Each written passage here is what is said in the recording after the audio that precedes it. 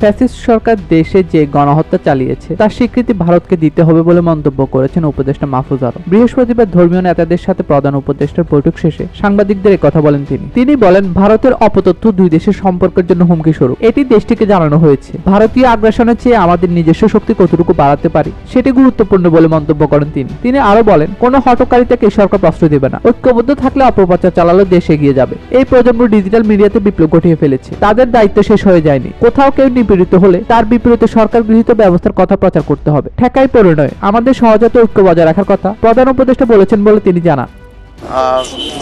হিন্দু, বৌদ্ধ, খ্রিস্টান, মুসলিম এই ধর্মাবলম্বীদেরকে আমরা ডেকেছি। ওনাদের বিশেষ করে ওনাদের যেটা হয় ইউজুয়ালি বাংলাদেশে ওনাদের কমিউনিটি লিডার অথবা পলিটিক্যাল লিডারদেরকে ডাকা হয়, কিন্তু আমরা আজকে চেষ্টা করেছি বেসিক্যালি ধর্মীয় নেতৃত্বকে ডাকার জন্য, যাদের তাদের